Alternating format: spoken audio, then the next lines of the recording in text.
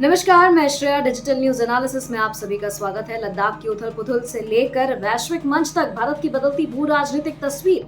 भारत की राजनीति और विदेश नीति आज कई आयामों पर सक्रिय दिखी है। एक और देश के अंदर लद्दाख में उपजे असंतोष ने आंतरिक स्थिरता की परीक्षा ली, वहीं अंतर्राष्ट्रीय स्तर पर भारत ने शांति, सहयोग और आर्थिक संतुलन की अपनी रणनीति को और स्पष्ट किया है। इन घटनाओं ने न केवल मौजूदा चुनौतियों को सामने रखा, बल्कि भविष्य की दिशा भी तय की है। लद्दाख क्षेत्र में हाल ही में भड़के प्रदर्शनों ने केंद्र सरकार की चिंता बढ़ा दी है। बता दें आपको कि स्थानीय समुदायों ने अधिक स्वायत्तता और राजनीतिक अधिकारों की मांग को जोर शोर से उठाया। इसके चलते क्षेत्र में हिंसक झड़पें हुई, जिनमें कुछ लोगों की मौत और कई घायल हुए। प्रशासन ने तुरंत कर्फ्यू लागू कर दिया, सार्वजनिक सभाओं पर प्रतिबंध लगाया और अतिरिक्त सुरक्षा बल तैनात कर दिए हैं। यह स्थिति साफ संकेत देती है कि क्षेत्रीय आकांक्षाओं और केंद्र के बीच का संवाद और गहरा होना चाहिए। विशेषज्ञ मानते हैं कि लद्दाख की रणनीतिक महत्ता चीन और पाकिस्तान की सीमाओं से सटे होने के कारण इसे केवल प्रशासनिक नहीं, बल्कि भू राजनीतिक दृष्टि से भी संवेदनशील बनाती है। वैश्विक मंच पर भारत की अपील इसी पृष्ठभूमि में विदेश मंत्री ने न्यूयॉर्क में संयुक्त राष्ट्र महासभा को संबोधित किया। अपने भाषण में उन्होंने वैश्विक संघर्षों को समाप्त करने और आतंकवाद से निपटने की आवश्यकता पर जोर दिया। भारत का यह रुख उसकी दीर्घकालिक कूटनीतिक नीति को दर्शाता है, जिसमें बहुपक्षीय सहयोग, वैश्विक स्थिरता और न्यायपूर्ण विश्व व्यवस्था को प्राथमिकता दी जाती है। भारत और अमेरिका के बीच व्यापारिक समझौते पर चल रही वार्ताएं भी तेज हुई है। चर्चा का मुख्य केंद्र शुल्क, बाजार पहुंच और निवेश सहयोग रहा। बदलते वैश्विक आर्थिक समीकरणों, विशेषकर चीन अमेरिका तनाव और यूरोप की आर्थिक सुस्ती के बीच भारत के लिए यह साझेदारी रणनीतिक रूप से अहम है।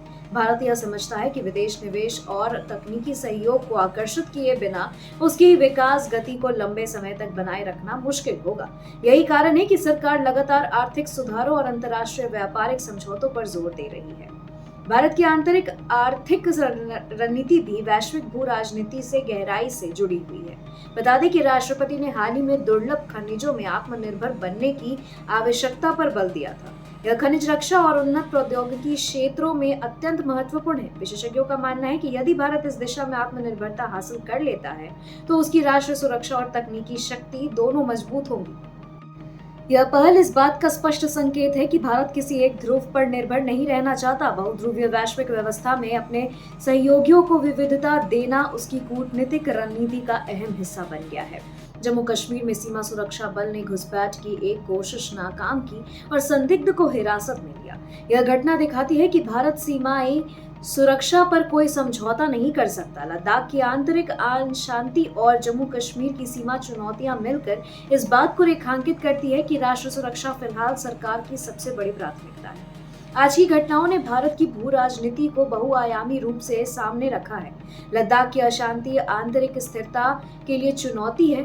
संयुक्त राष्ट्र में भारत की अपील उसकी वैश्विक भूमिका को रेखांकित करती है। अमेरिका के साथ व्यापार वार्ता और रूस के साथ सहयोग उसके बहुध्रुवीय दृष्टिकोण को मजबूत करते हैं। दुर्लभ खनिजों में आत्मनिर्भरता की योजना उसके दीर्घकालिक सुरक्षा और तकनीकी विकास का मार्ग प्रशस्त कर सकती है। कुल मिलाकर बात करें तो भारत आज ऐसी नीति करने की कोशिश कर रहा है जो उसे एक ओर घरेलू असंतोष और सुरक्षा संकटों से उबार सके और दूसरी ओर वैश्विक मंच पर स्थिरता और नेतृत्व की पहचान दिला सके। आने वाले समय में यही संतुलन भारत की ताकत और परीक्षा दोनों साबित होगी।